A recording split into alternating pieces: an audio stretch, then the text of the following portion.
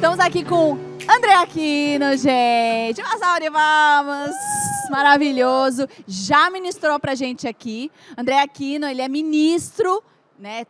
E tá lá também como missionário, né? E depois eu queria que você falasse até com relação a isso, o tema e tudo mais. Ele é marido da Maria Flávia. Te e amo. papai do Levi, um Te amor. amo, filho, também. Coisa Daqui a 8 anos gostosa. você vai saber o que é internet, porque agora você não sabe. Deixa gravado que depois você vai ver isso aí. Muito bom. E estamos aqui com a Priscila, ela que é esposa. Isso que eu ia falar, não tem nem Alone, marido, nem né? filho. Como é que a gente Ela tá com Deus. com Ela o escolheu Espírito esperar Santo, no com caso. Casada com Jesus. O que eu falo, amigo? Como é que eu te apresento? Não, mas ano que vem eu vou voltar aqui já. Uau! Olha isso aí, hein? Mas na verdade eu tô falando isso só pra vocês me convidarem ano que vem. Não que de fato eu vou vir entendi. casada, É mas só é pra só pra voltar. garantir meu passe. tô aqui, gente. Boa noite. É isso, boa noite. Boa noite, obrigada.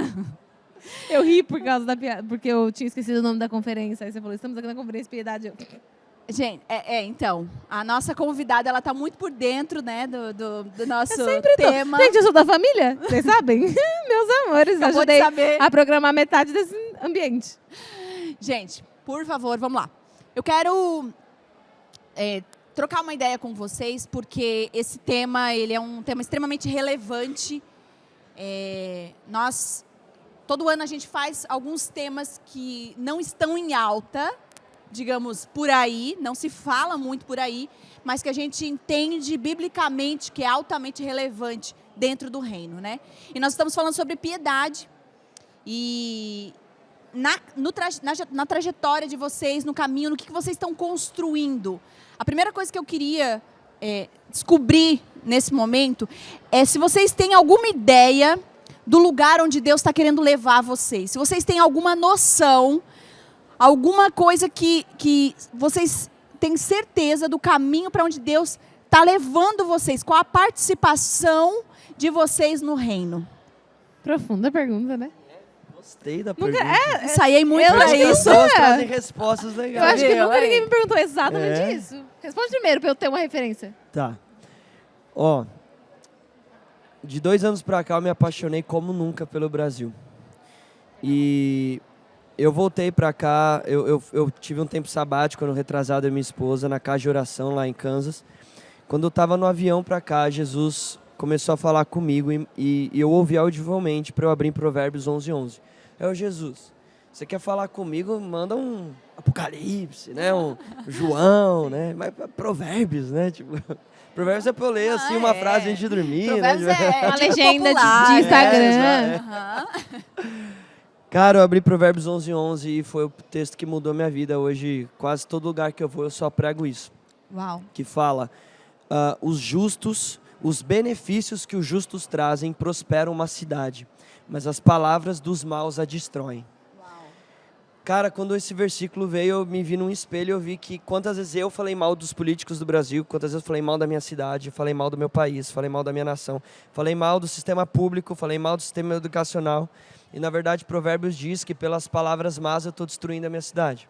Só que esse versículo, ele oferece um outro lado, que ele diz que os benefícios dos justos, eles prosperam uma cidade.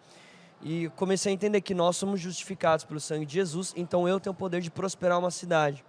Então comecei a ver que, na verdade, enquanto eu reclamo que o presidente não faz, que o governador não faz, que o prefeito faz, na verdade, é a maior oportunidade da igreja fazer.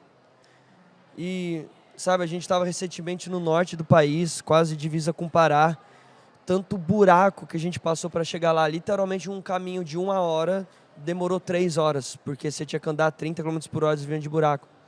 E a gente reuniu as igrejas e a gente falou assim, galera, por que vocês não asfaltam essa estrada? Cara, imagine, ia sair no Fantástico, o Zeca Camargo ia chegar e ia entrevistar, o que os pastores estão fazendo? Eles estão construindo hospital, eles estão construindo escola, os professores cristãos de cada igreja, o que o Lipão falou que a gente mais fala. Se cada professor cristão no Brasil doar 1 dia por ano, a gente já entupiu todas as escolas públicas do Brasil com professor cristão dando ensino. Eu até em relação a isso, a igreja, a gente acaba segmentando muito. Então, esse é o papel político, esse é o papel dos professores, esse é o papel da igreja, Sim. então que cuida só do Exato. espiritual. Exatamente. Justamente isso. Isso não existe, porque se a gente for ver reino de Deus, para a perspectiva judaica, o reino de Deus era tangível, era visto, era estabelecido. Quando Jesus fala que venha a nós o seu reino, não é que venha algo que está longe, que está numa nuvenzinha, um castelo que está lá e um dia vai vir. Ele fala, a palavra em grego é eleutomai. E eleutomai diz, torne visível entre nós. Então, Exteriorizar, né? Exato. Jogar para fora aquilo que... Então Jesus fala que seja tornado visível entre nós o seu reino. Como? Através de atos de justiça da igreja. Então o que Jesus tem mais falado comigo é isso, da gente entender a importância que nós temos primeiro no Brasil. Eu creio que o Brasil vai para as nações, mas a gente estava falando lá na salinha, né? Quando o Espírito Santo vem, ele nos faz testemunhas, mas primeiro em Jerusalém, depois na Samaria, Judéia e os confins da terra. Então eu amo a África, estou indo para o Japão semana que vem fazer missões com a minha esposa, se Deus quiser, porque a gente descobriu agora que está tendo guerra entre Irã, né? E, enfim, orem por nós. Mas primeiro precisa começar na nossa casa, na nossa cidade, na nossa Jerusalém, no nosso país. Então é isso aí. Concordo, exatamente isso que eu Igual falou. mesmo. Mas eu também, eu me tornei... Acho que Deus foi meio que uma onda, né, de paixão pelo Brasil que Deus trouxe sobre os líderes brasileiros, sobre os ministros. Eu acho que isso aconteceu ao mesmo tempo com muita gente. Eu também senti essa mudança bem drástica no meu coração e na minha perspectiva. Eu sempre sonhei muito alto. Então, quando, por exemplo, eu pensava profissionalmente, eu pensava Estados Unidos, bora fazer música e estourar até chegar lá. E eu comecei a perceber que não era sobre isso, que a gente seria relevante fora do nosso país se a gente fosse relevante aqui no nosso país. Então, eu acho que a ideia central é tornar o Brasil modelo para as nações. Então, a gente tem que canalizar as nossas energias, a nossa força na nossa nação para ela se tornar um padrão a ser seguido pelas outras nações. E, posteriormente, a gente... né, ser missionário de campo e ir para as nações para ensinar o que a gente fez aqui primeiro. Então, porque, enfim, você pode ensinar algo, olha, a gente pode fazer do jeito A, do jeito B, mas se você tiver... As pessoas, hoje em dia, elas querem uma prova, né? Tipo assim, tá, mas me mostra aí. Então, se a gente chega ensinando algo sem ter algo tangível para mostrar para as pessoas, elas não têm por que comprar aquilo que você está falando. Então, quando a gente chegar nas outras nações, mostrando o Brasil como um padrão ideal do que já foi feito, do que já foi estabelecido, é muito mais fácil da gente exercer um papel de influência sobre elas. Então, eu sinto que Deus tem... motivado todo mundo com essa mesma motivação e cada um na sua área. Eu sou muito inserida na área artística, então eu vejo o Senhor remindo as artes assim, tangivelmente, coisas muito palpáveis, testemunhos muito visíveis e palpáveis, mas primeiro aqui. Então eu tenho ouvido já do Senhor algumas coisas tipo off-border, sabe? Tipo, já... ultrapassando algumas fronteiras, mas porque eu já tenho visto coisas sendo estabelecidas aqui. Então, eu acho que o ideal é realmente a gente respeitar os processos. A gente sabe, muitas vezes, das promessas do Senhor, da nossa ida para as nações, mas existem processos e a gente precisa respeitá-los. E a parte 1 do processo é ajeitar a nossa casa primeiro. Isso aí. E eu acho que a gente está falando de uma contracultura, né? Porque, mais do que nunca, a gente vê uma onda... A gente já estava conversando sobre isso, né? Uma onda muito grande, onde a gente está trazendo o homem para o centro das coisas. E a gente nunca se ouviu tanto falar sobre se ame, no sentido ruim da palavra, né? Busque teu espaço, passe por cima de quem for preciso para isso. Só que o chamado de Jesus, né, quando ele fala, eu me esvaziei de mim mesmo, tornei como eles, fui semelhante a eles para servir, eu fui servo. Né? E aí, quando se trata de piedade, inclusive o Douglas Gonçalves pregou ontem, e ele falou uma coisa muito interessante. Ele falou assim, que viver uma vida piedosa confronta deuses pagãos da nossa geração.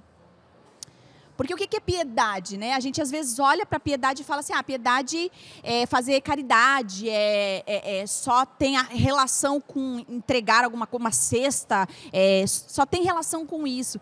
E na verdade não é. A piedade, quando a Bíblia fala sobre piedade, ela fala sobre duas vertentes, né? Uma está relacionado a essa compaixão pelas pessoas, pela viúva, pelo pobre, né? Mas tem uma outra vertente, que é a santidade. Uma vida de devoção, uma vida de adoração. Isso é uma vida piedosa, né? Então, assim, como eu falei, assim, acho que a gente tem vivido uma onda muito complicada com relação, inclusive na música, que a gente estava falando sobre isso. Músicas que endeusam o homem, né, colocam o homem ali, nós vamos então, que o Senhor, nós nascemos para que o Senhor nos alcance e assim por diante. Né? Uma coisa muito complicada, e aí é o que a gente estava falando, Deus nos ama, sim, é uma verdade, mas quem está no centro é o Senhor. E aí, a minha pergunta é, né, de que forma vocês têm enxergado, até no meio que vocês vivem e transitam, né, com a música, de que forma o homem hoje tem, ele mesmo tem impedido de ter uma vida piedosa? Qual, na opinião de vocês, o que tem levado o homem a viver de forma não piedosa? Não por causa da santidade, não colocando o outro para servir o outro?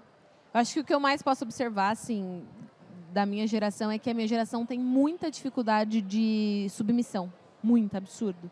Então, estava lendo um livro e o autor ele usa um termo que é a mentalidade de poltrona, né? Então, tipo, não existe mais um sofá. É uma poltrona. Então, sou eu no centro de tudo. E justamente por isso, por essa mentalidade de poltrona, é que a minha geração tem dificuldade de se submeter. Não, então peraí, se eu seguir a Jesus, então quer dizer que a opinião dele sobre as coisas vale mais que a minha, o padrão dele sobre as coisas vale mais que o meu? Quer dizer então que talvez eu vou ter que dar o braço a torcer por alguma coisa que eu disser e ele não concordar e vice-versa? Então, por esse medo de eu vou perder a razão e eu vou perder o meu direito de escolha, sabe? Porque ele é soberano. Se eu acredito que ele é soberano, eu vou ter que, então, me submeter. E a galera não quer isso, porque eles querem decidir por si, ser donos da razão. Enfim, a gente está... Ninguém pode discordar de ninguém, né? Então, todo mundo se importa muito em ter razão. Então, eu acho que o segredo, na verdade, de você viver uma vida piedosa é você se submeter ao senhorio de Cristo em todas as áreas da sua vida. E onde eu vejo mais dificuldade, pelo menos... observando a galera não cristã mesmo, e isso acaba refletindo na gente como sociedade num total, independente de ser cristão ou não, acredito. Mas é justamente essa dificuldade de se submeter, porque eu tenho a minha opinião, eu tenho os meus pensamentos, eu tenho os meus ideais. Então, cogitar, colocar tudo isso debaixo do senhorio de um outro alguém, no caso Deus, já é assustador, entendeu? As pessoas não consideram. Então, eu acho que está aí uma das maiores dificuldades. Que entra a grande questão, né? E o outro? E as pessoas? Qual é o momento onde as pessoas vão amar pessoas, vão servir pessoas? A gente começou a fazer desde o ano passado uma tour do Som do Reino. E a gente fala a nossa frase, que é a nossa missão, visão e valor. O quarto gerou a mesa gerou o palco vai sustentar o campo. A gente tem muitos amigos missionários, um grande pai espiritual meu é o Nick Billman, que cuida do resgate de crianças em situação de abuso e mulheres em situação de prostituição. O Nick precisa de R$150 mil por mês para manter os trabalhos dele. A igreja brasileira oferta de R$3 a R$4 mil. A igreja americana oferta de 60 a 70 mil. Chega a ser bizarro, né, esse número. Sabe? E eu creio que o palco vai sustentar o campo. Essa é a nossa maior frase. Porque eu não cara, o lugar que a Pri tá, da influência artística que ela tem, é o melhor lugar para estar. A gente não tem que ter medo parênteses, disso. Nessa nossa ida para África, a gente arrecadou tanto dinheiro e tanto recurso que pela primeira vez na história do bairro do Cardoso, eles vão ter água encanada e energia, porque a gente conseguiu abrir poço artesiano e colocar gerador pela primeira vez na vida. Senhoras de, sei lá, 90 anos nunca tiveram água encanada. Uau. Então, funciona isso, esse lugar de fala, porque você usa a sua influência, na verdade, para mostrar a necessidade. Porque quando você vê a necessidade... solução, né? Exato, não tem como você não fazer.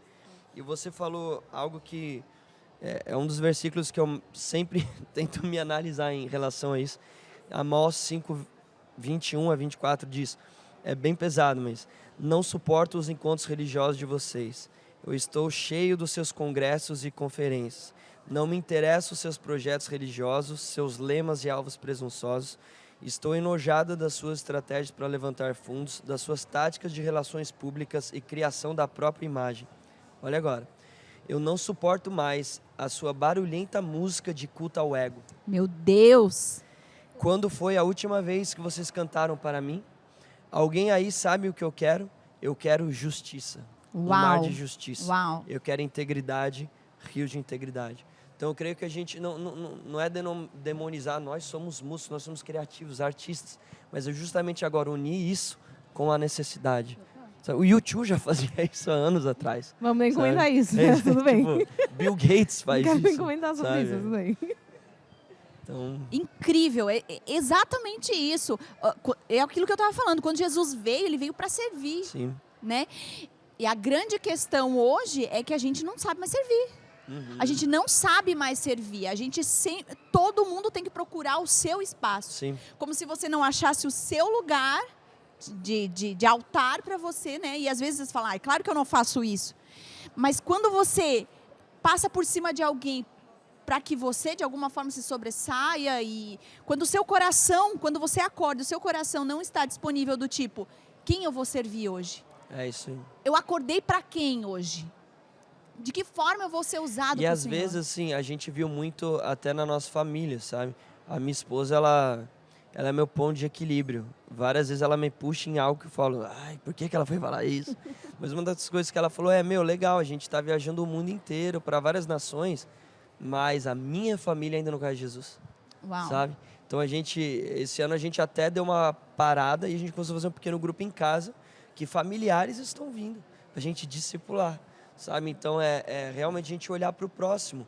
E às vezes o próximo é até a gente da minha casa, mas como eu quero as nações, eu quero o meu chamado, sabe? E o meu chamado às vezes é o culto ao ego, porque é o meu chamado, é o meu destino.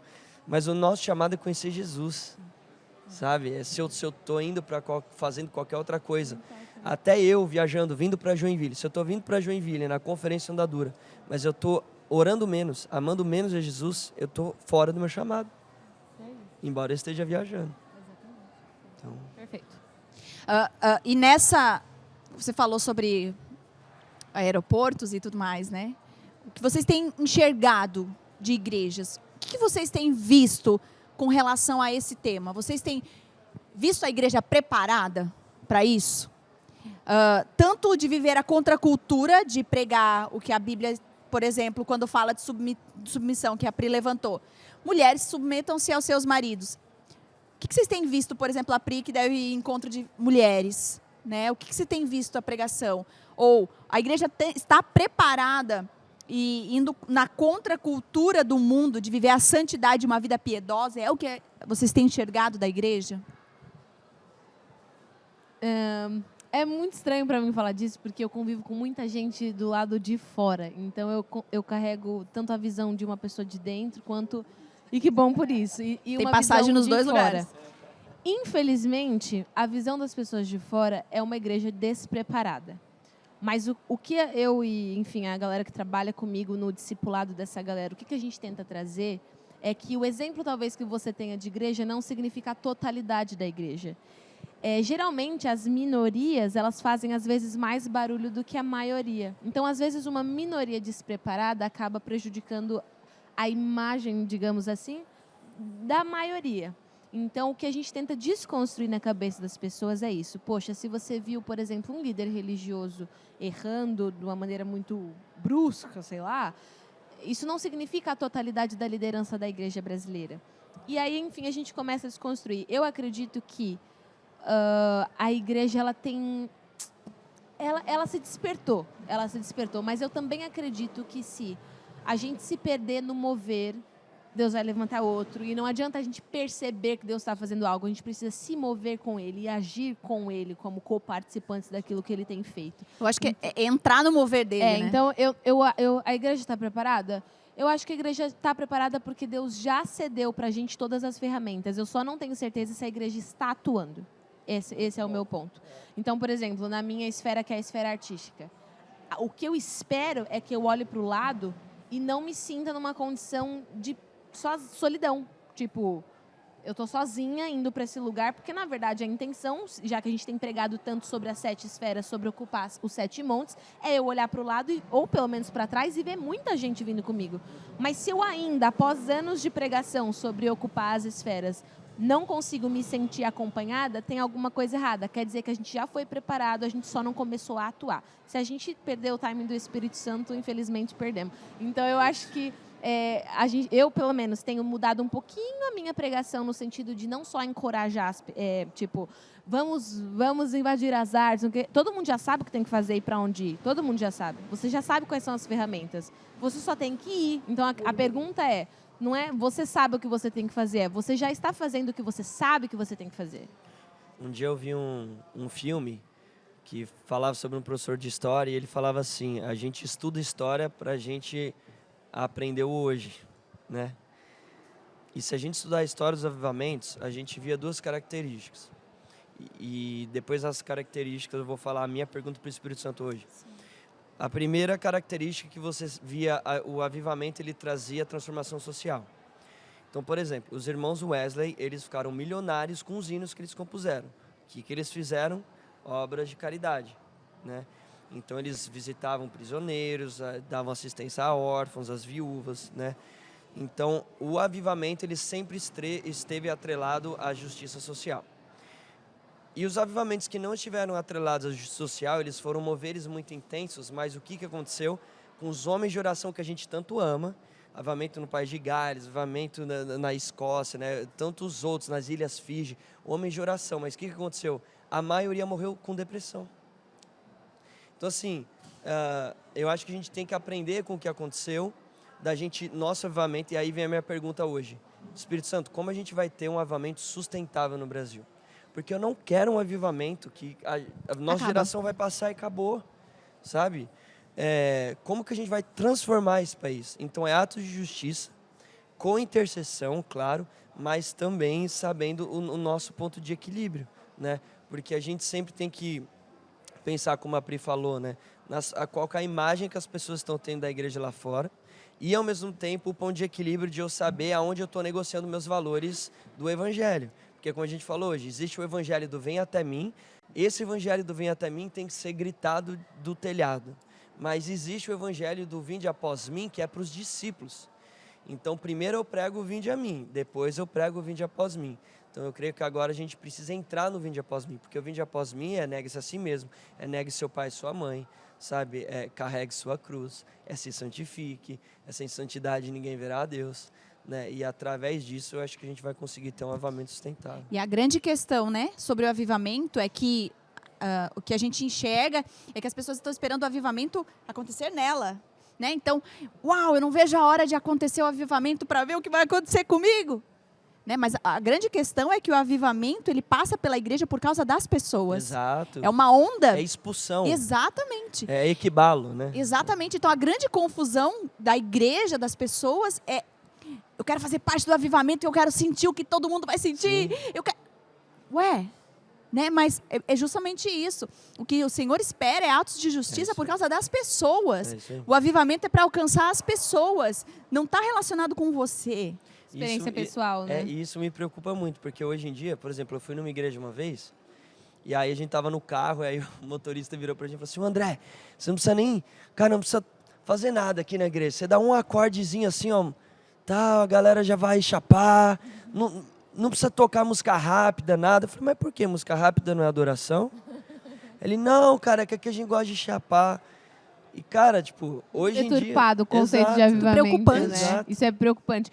E eu gosto sempre de ressaltar que o avivamento ele é justamente sobre as pessoas e não sobre si, tanto é que foi essa forma que o Espírito Santo pousou sobre as pessoas, colocando línguas diferentes para que o evangelho pudesse ser comunicado a outras pessoas. Então, cada um voltou a falar na sua língua original, senão a gente continuaria lá na Torre de Babel, onde todo mundo falava a mesma língua, mas aquilo não foi bom aos olhos de Deus, porque se vocês falarem a mesma língua, só vocês vão se entender, mas eu preciso que todo mundo entenda, porque é sobre as pessoas. Então ele foi lá, confundiu as línguas, em Atos 2 ele faz a mesma coisa, valorizando num ambiente de unidade a diversidade. E a diversidade é justamente porque o evangelho precisa ser comunicado a todas as pessoas. Então é sobre as pessoas e o próprio avivamento, que é o que a gente relaciona com Atos 2, o Pentecostes, é sobre isso, é sobre comunicação a toda criatura. Então, Mestre Priscila. Olha o dom de mestre. Nível, aqui, pessoal, outro nível. Às vezes eu leio a Bíblia, eu juro. Pri, uma grande polêmica aí que rolou foi a ida de vocês pra lá, né, pra África. Eu achei que eu ia falar o quê, amiga? não sei, Você amiga. regalou, Eu tô envolvida assim? em tanta coisa que as pessoas falam tanta coisa de mim que eu falei, já fui no Lollapalooza, eu nem soube. Não. Dessa vez é o da África mesmo. Vocês foram para lá e o que eu vi, né, por aí na internet e tal, eu achei o máximo a ida de vocês para lá e tudo que aconteceu, mas a grande questão que é das igrejas foi tipo, não de forma generalizada, mas algumas pessoas criticaram o fato de estão indo para bater fotos e se, né, autopromover em cima da vulnerabilidade das crianças, das pessoas.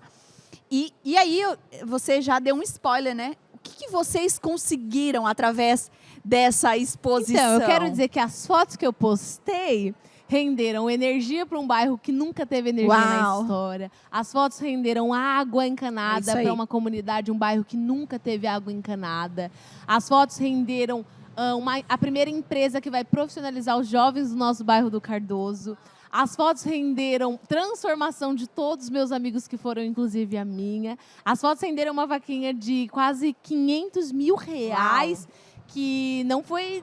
né? Enfim, não foi uma vaquinha entre a igreja, mas foi uma vaquinha... Uma vacona, né? Uma vacona entre seres humanos. Então, assim, eu acho que antes da igreja se opor a qualquer coisa que outras pessoas estejam fazendo, mesmo que não seja através de uma instituição, tem que ser feito. Então, assim, se alguém está fazendo, deixa a pessoa fazer. Então, eu tenho uma voz em...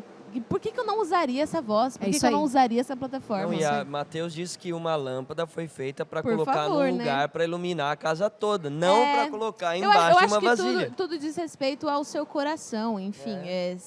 Eu não preciso ir para a África para me aparecer. Eu tenho 5 milhões de seguidores no meu Instagram. É só postar uma foto e 500 mil pessoas vão curtir. Então, não é sobre se aparecer. Eu acho que a gente precisa mesmo pegar as nossas ferramentas da plataforma que Deus deu e usar sem medo. Então, assim, a gente sabia que bastante gente estava falando enquanto a gente estava lá, mas a presença de Deus naquilo era tão forte, porque ali eu, Bruna, todo mundo falou, é por isso que a gente vive, é por isso que Deus deu a voz que a gente tem. Tava tão palpável o nosso chamado ali. O que importa, né? O que importa quando as pessoas falam. Então, foi incrível, rendeu muita coisa só para deixar todo mundo a par.